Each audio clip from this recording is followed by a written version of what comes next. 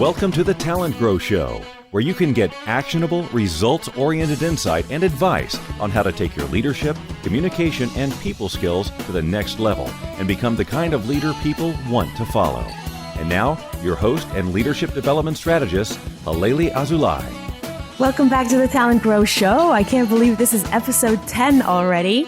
It's been so much fun, and I look forward to continuing to provide you with ways in which you can become a better leader.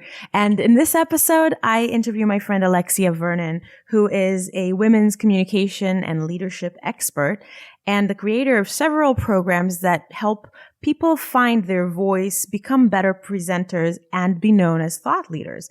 And the White House called Alexia a Moxie Maven, so you should check it out. I think that a lot of leaders don't really think about becoming a thought leader or being known as a thought leader, but it is something that's going to help you differentiate yourself and really accelerate your leadership skills and career.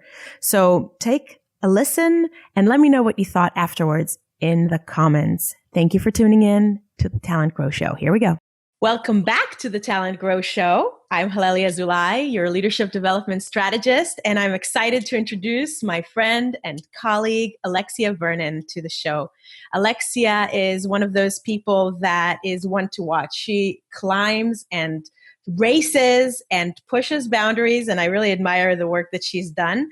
She's a go-to thought leader in speaker, coach, trainer. She works with executives, she works with entrepreneurs, she works with rising leaders, and she specializes in women's communication and leadership development. But she also works with men because, let's face it, she is very good at what she does. She's the founder of Influencer Academy, which is a skills-based women's leadership development program. And she has also launched recently 2 different other programs, Your Spotlight Talk, a virtual training program that teaches participants how to create, book, and perform a TED-style talk, and Your Spotlight Workshop, which is her newest endeavor, an 8-week group coaching program where entrepreneurs, educators, and thought leaders learn how to monetize their expertise through developing and facilitating one-of-a-kind workshops. Alexia was called Moxie Maven by the White House for her effective approach to developing rising female leaders. And the reason I met Alexia for the first time is because we both authored a book that was published by ATD Press. Well, we didn't author the same book. She authored a book and I authored a book, and they were published within like a month or 2 of each other. And ATD, the Association for Talent Development, launched our books at their big international conference in 2012. And we were there featured on a panel of authors to talk about our experience in publishing. And so I was very fortunate to meet Alexia then. The book is 90 Days, 90 Ways, Onboarding Young Professionals to Peak Performance. Alexia, welcome to the TalentGrow Show. Thank you so much. This is going to be a blast. I just got happy. It felt like happy butterflies were flapping in my chest as you talked about that time in 2012, because it was really nice to have somebody by my side who was going through that same process. It was really fun. It was an exciting time for both of us. I know it's like giving birth to a child, right? Giving birth to a book, a huge, big deal. And I've been really happy that we have been able to make this journey together, kind of compatriots along the same path, and to observe and see how much you've grown your business and your audience. And so I'm excited to bring your perspective onto the show because I think people can learn a lot from you. Before we get into what they can learn from you, because there is so much I want to cover with you, just if you could give a little bit of a big picture view of your professional journey. Where have you been and how did you get to this point? Absolutely. I will give the Cliff Notes version because Good. I'm sure as we keep talking, a lot of my biography will come out in some of the stories that I share. I never envisioned that I would go into the learning and development profession, even though when I look back on my career, hindsight is always 20/20. It seems so obvious that that would be the work that I was doing, but I was really passionate growing up about theater. And running parallel to that was my background of having gone to an all-girls middle school and high school and having loved that experience. And when I was in college, I studied women's studies and wound up launching a girls' leadership program. Then when I graduated from college, I had a desire to move to New York, and I really wanted to pursue the theater strand and just see where that went. And I was in an interdisciplinary studies program at NYU and wound up locking into an assistantship that wound up becoming my first job, working for an educational theater company, being housed in the professional development wing. And so I didn't have a traditional training experience, and that I worked for a nonprofit that was housed in university, led teacher training. We did a lot of interactive training for teachers and social workers and youth development professionals, teaching them how to use a variety of interactive drama and facilitation strategies with young people to talk about difficult issues. Loved that experience. Did not love the nonprofit salary. And as I moved into management, also started to feel stifled being more of an administrator rather than a practitioner. And in that journey of trying to figure out what does next look like, is there the possibility for me making more in the course of a year than I owed in student loans? And the reality of it being on the cusp of getting married to my longtime partner. And I wound up going to coach training school to coach you, to get certified as a coach. Not 100% sure what that would look like. And my exit strategy was keeping my employer at the time on as a consultant, getting to lead a few professional development programs while teaching for universities in public speaking and women's studies. And quite frankly, I did not have a clean break. I think there are a lot of people who build up their quote side hustle and then just make a departure. For me, I jumped probably a little too early. And so I kept teaching, even though I loved teaching. It just took me a while to get my coaching and training business to where I wanted it to be.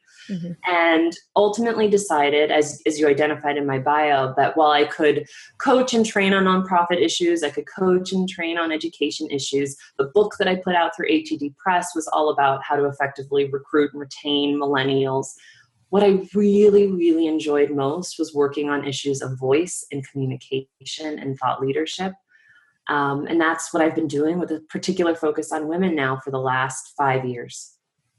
That makes perfect sense. So it's a really good way for you to tie all of your various experiences and interests together in what is something that's unique to something that you can offer uniquely to the world. And I think that that's probably why it's so valuable to the people that come and learn from you.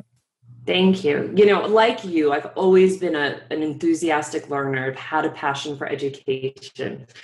I remember being a kid and going on my street where I lived, growing up in Seattle, and trying to bribe the other kids in my neighborhood with Reese's peanut butter cups to have them just come let me teach them ballet and social studies. Like I was always very geeky in that way. But I didn't realize for a long time that there was a way to be passionate about learning and development that also didn't have you go broke. That's one of the things I know we'll talk about today is how to be able to do the work and to monetize it in an effective way. And man, did I struggle in that area for a long, long time. That's funny. It's funny because when I was little, I used to teach everything too. I always used to teach people, and I was a dance teacher when I was a teenager. And talk about no career aspirations there for any kind of money. Well, that's so interesting because I don't know if you know this. Clearly, we haven't exchanged the story, but that's what I did in college. I taught ballet to teenagers at the Las Vegas, what was it called? Las Vegas Ballet Theater. It's not around anymore, but that's just too funny that we have that in common. I was teaching jazz and ballroom. And I was a competitive ballroom dancer. I wanted to be a dancer when I grow up. So absolutely positively obsessed with Dancing with the Stars. Got to be in the live audience. I know we're digressing here, but I love that we have more affinities than we even knew. That's so funny. It is. Well, no wonder we feel like sisters, right?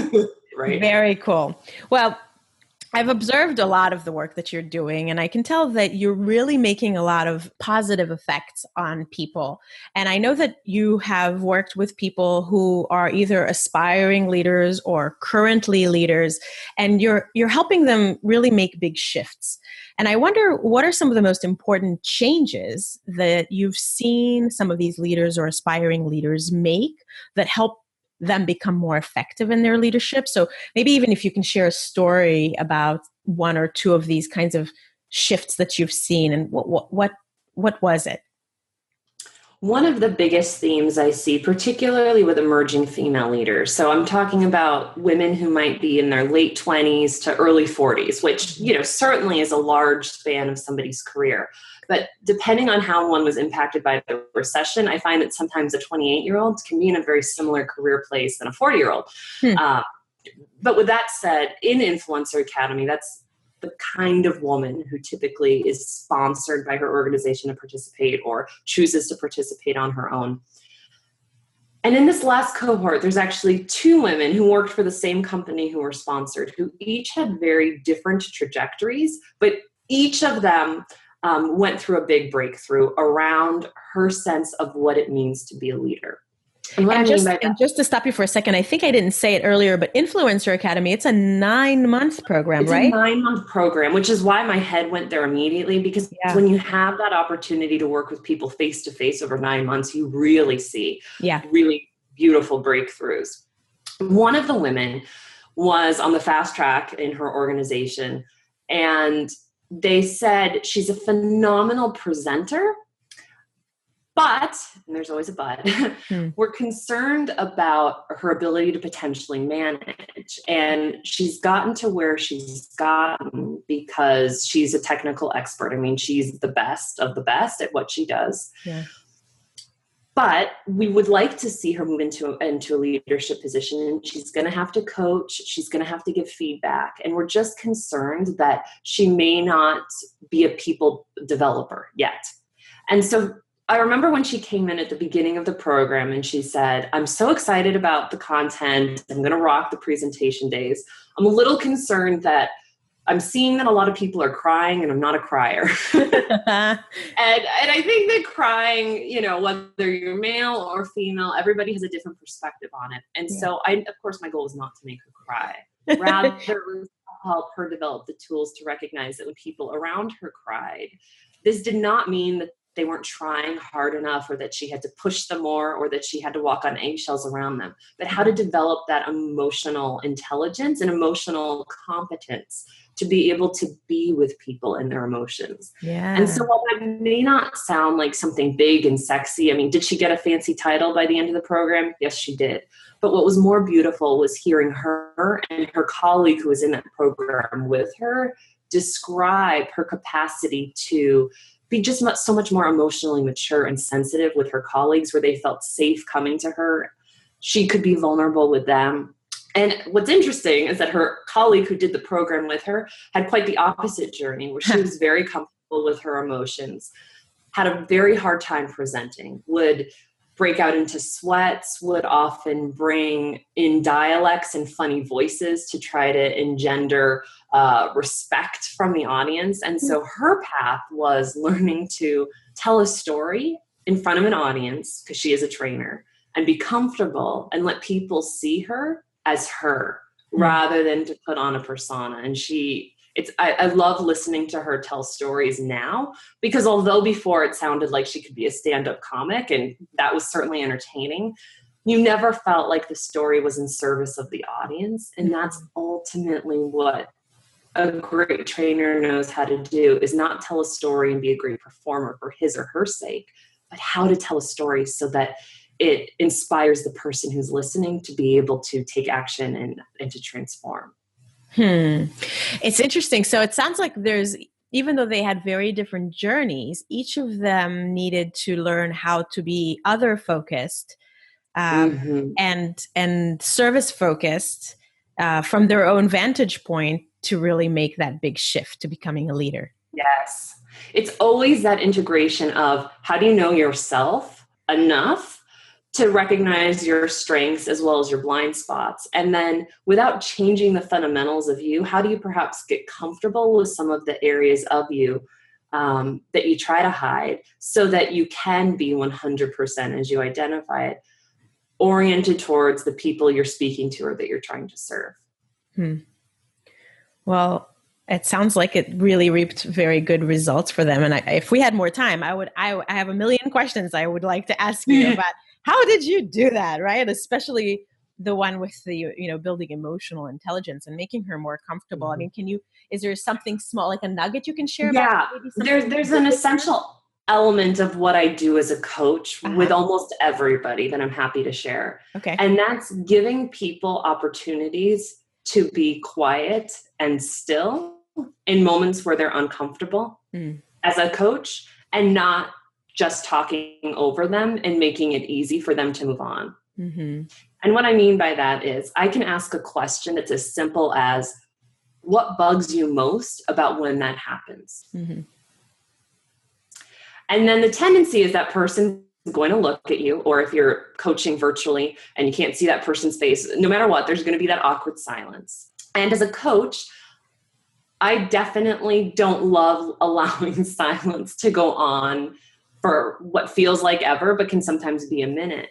And yet I know that it's important for me to put my hand over my mouth, metaphorically, if not literally, so that that person can give an honest response and not just zip through that discomfort. And so I remember asking a question similar to that to the first woman I was detailing. And she actually did get a little emotional. And she said, I'm uncomfortable with other people's emotions because I'm concerned that my emotions are going to come up and then people won't respect me. Yeah. And I'm in my 20s and I have to do everything in my power to work against that age deficit. And for me to step into my power, I'm just concerned that my emotions will get me in my own way of it. And of course, we know that there's a difference between feeling your emotions and expressing our emotions. Yeah. And the more we allow ourselves to feel them, yes, there might be a tear that drops, or there might be a moment where we shake a little or get sweaty. But the truth is that when that emotion can move through, it's usually an opportunity for other people to see us as more credible because we're real and we're not, hiding behind the mask or hiding behind our authority. But B, then it moves and then we're back to us and we can move on, and it just doesn't become as big of a deal as we think it's going to be. That's really good insight. It both connects you better with people and it helps you dissipate that so that you can move forward rather than spending all your energy compressing or suppressing. Brene Brown probably said it best, and I'm butchering her words, but the essence of what she said was, there's nothing we hunger to see in a speaker more than vulnerability. Wow. And there's nothing we would rather hide from other people than our own vulnerability. Yeah.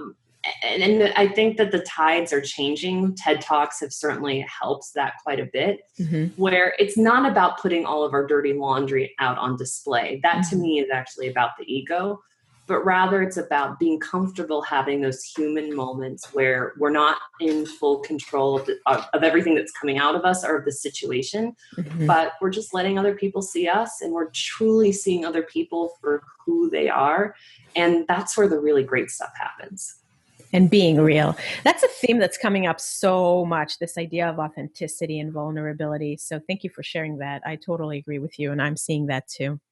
So you are, you're especially now spending a lot of time working with people that might be in a corporate position, or maybe they're thinking about starting their own business, or maybe they're a trainer or an author, or somebody who's a thought leader now, or thinking about being known as a thought leader, and helping them to package their knowledge into a talk or a workshop, so that it makes an impact, right? And it helps other people see them and discover what they have to offer. And I find that a lot of leaders, I mean, the ones that are good at it don't, it's not a big deal for them, but a lot of leaders don't really even see that as something that's necessary, right? I mean, they just sort of go to work, they do their technical expertise kind of job or manage their team or whatnot.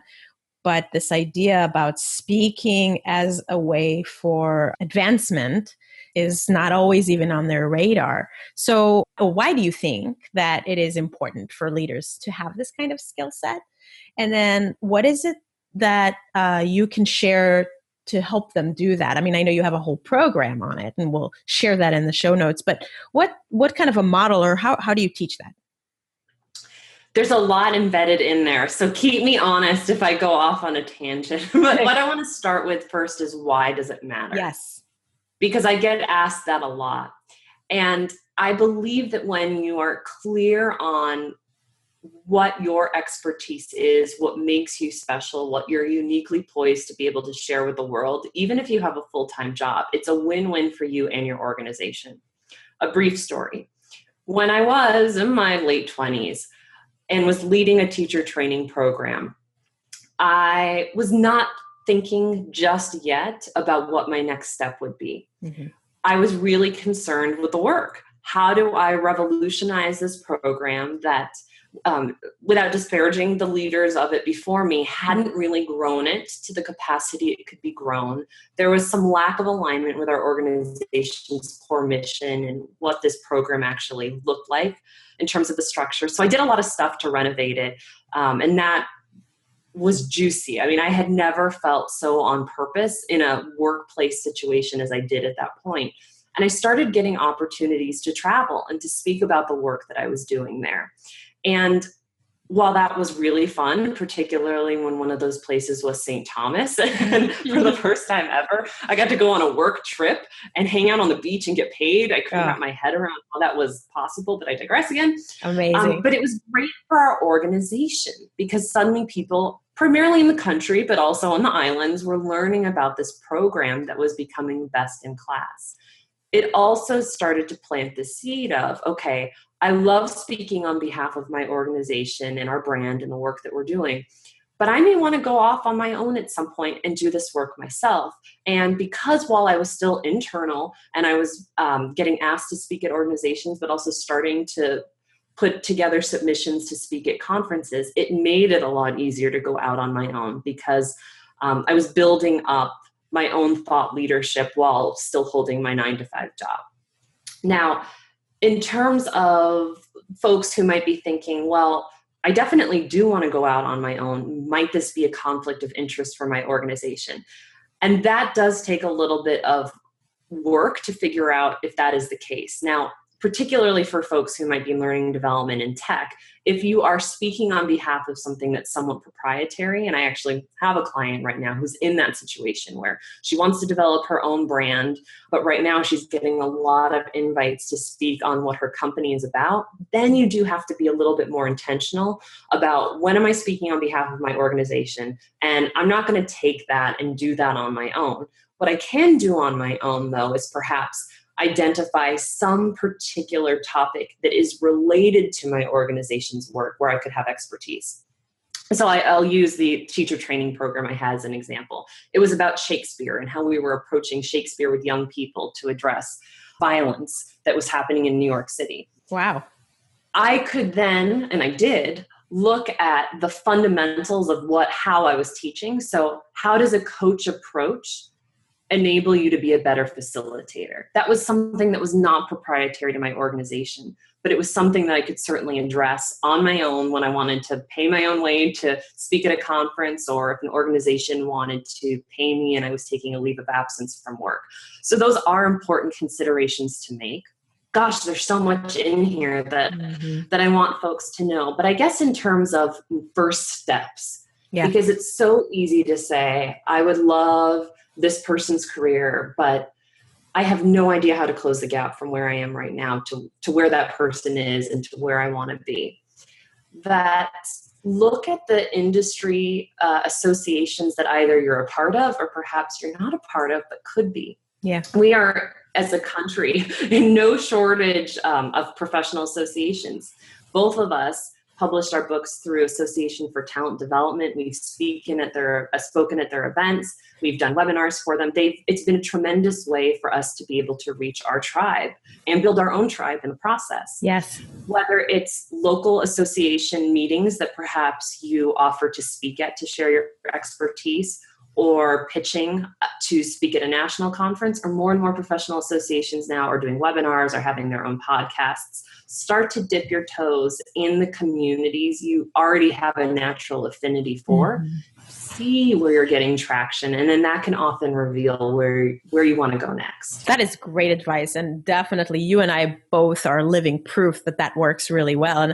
And I can tell you, even in one of my clients, there's this woman I came across. For one of my clients is using her as a speaker internally, even though it's not her job at all, to teach people storytelling, because they learned that she was a great storyteller, and then she was able to teach that to others. And so they fly her all around the world to these different training conferences that they have for internal folks where she teaches that skill, but it is part of her, it's now part of her brand. And I think it'll be very easy for her to convey that externally because that's her stuff. She developed it. But I love the story because it goes to that heart of if eventually you're going to go on your own and you need to develop that entrepreneurial skill set. How can you be intrapreneurial in the meantime? Yeah. And is there a way to be able to leverage your growing passion to benefit your organization? Yeah. One thing on this theme I just want to throw out there, because I actually do not have a current client who's done this, but it's something that I'll often share in webinars and trainings that I do, that if you are passionate about speaking, something to think about is actually TEDx. So TED is the main conference.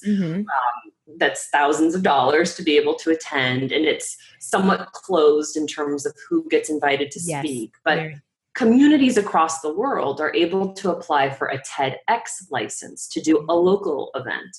But organizations can also apply for their own TEDx license where it is specific to their company. And they have speakers from their company. And that could be a phenomenal way for you to get your toes into the speaking arena, whether you're looking to just get an experience of producing an event, whether you want to curate speakers or whether you want to be one of the speakers. And it can be a tremendous way to share the institutional knowledge within your company with other folks. Yeah. And not only do you get your name out there and get your brand out there, but it is an amazing way to then meet people with that brand behind you. And so it's a networking opportunity, which of course creates tons of career opportunities. And by the way, Alexia is walking the talk because she is the co-host of Las Vegas's TEDx Women event, right? Yes. So you have done this. And of course, that's something that you teach people in your programs. Yes, I do the community-wide event. But I wish sometimes I could have time traveled back and in my organization created a TEDx specific for our company, because what a phenomenal thing for an organization, to be able to say that they have a way to be able to position their own thought leaders for others to potentially have them come speak. Yes. But it also becomes a great recruitment tool and engagement. I just think it's a win-win, and the costs are nominal for if you have your in-house resources to produce a TEDx event. So for anyone who's listening who thinks, gosh, this might be something really fun to do at our organization, if you use the old Google or any search engine of your choosing and you put in TEDx license, company license, you'll find all of the info that you need. Very cool idea. I love it. Well, I want to make sure that I honor our time commitment. So there are 3 more questions that I want to ask you. So we'll keep them brief. Yes. First, you're doing so much. What is really exciting you now? What's new for you? I'm incredibly excited about the program you mentioned a little bit earlier, your Spotlight workshop that is launching right now, because it is the first time in a virtual format I've created an experience where people, whether they are trainers or they're just looking to be able to develop trainings, can learn equally, because it takes both the facilitation know-how to be able to lead workshops that are high impact, that are transformational for participants, alongside how to make them profitable. So that not only do you not go into debt, not only do you just break even, but rather how do you actually learn how to realistically create revenue, both in terms of people who enroll in your workshop.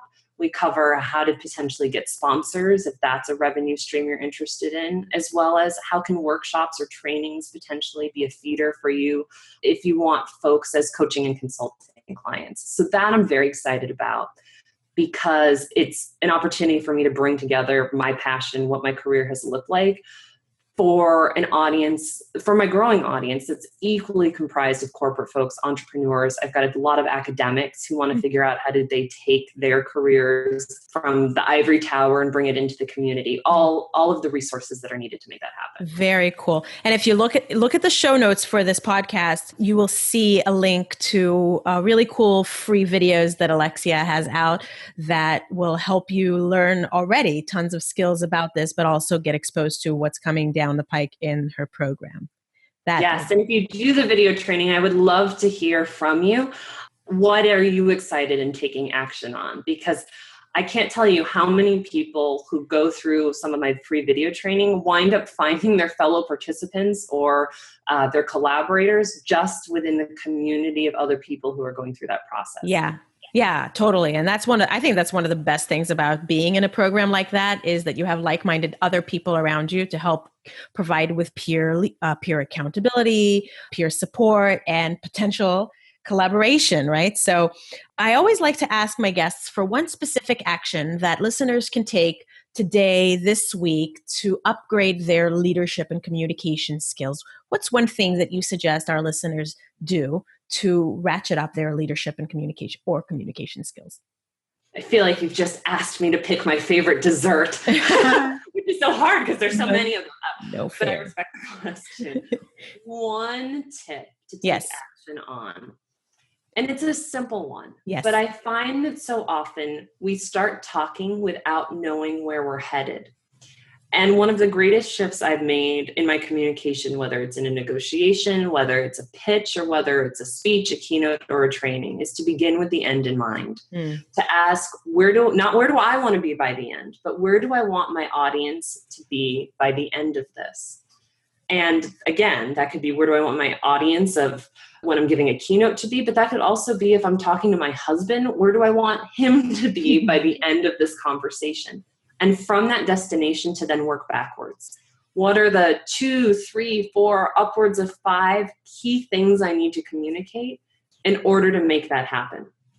Then to work further backwards towards the beginning, what are the questions I need to ask in order to find out what's really going on for my audience, to enable them to speak what's on their mind? And then ultimately, how do I bring myself to this conversation or to this presentation or to this training in a way that allows me to be credible, but also to be honest and to engage my audience? And by asking that series of questions, by beginning with the end in mind and working back to the beginning, what you've identified is, I know exactly where I'm going to go now. I can fill in the gaps. And I will ask myself that truly.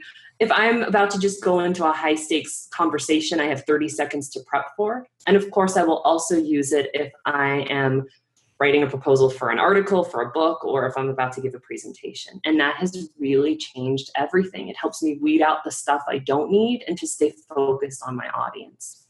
I love that. Fabulous advice. So start with the end in mind, figure out what are the things you must cover in order to get there. Ask yourself questions about what you need to know about your audience, and then you basically create the path.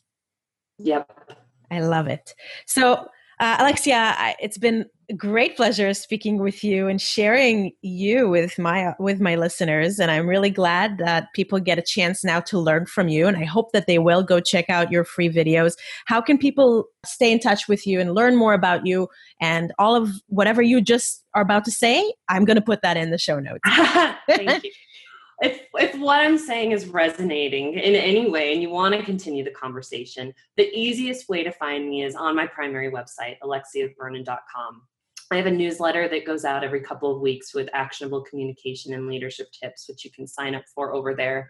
And then on all social media, I've tried to keep it really simple. I'm Alexia Vernon. So you can find me on Facebook as Alexia Vernon. You can find me on Twitter as Alexia Vernon, LinkedIn, and I'm even now on Periscope.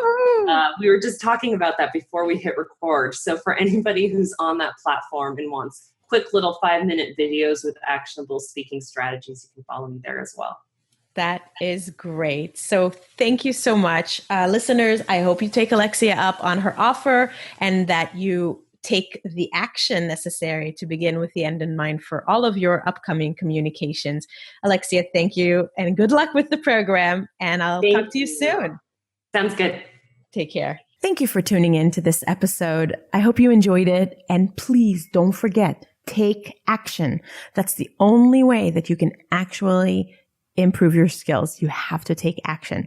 So check out the show notes, look at all the links, including the one to Alexia's free videos, which are released last week and this week. And there's a third one coming. So go to the show notes at www.talentgrow.com/podcast/episode 10. And don't forget to leave me a comment about what you thought about this episode and what you want to hear about in future episodes and any other feedback that you can give me, because I'm here to serve you. And if I don't know how this is working for you, I can't be sure to make it perfect. So perfect for you, that is. So let me know. Keep in touch. And thanks again for tuning in. I really appreciate your attention. Make today great.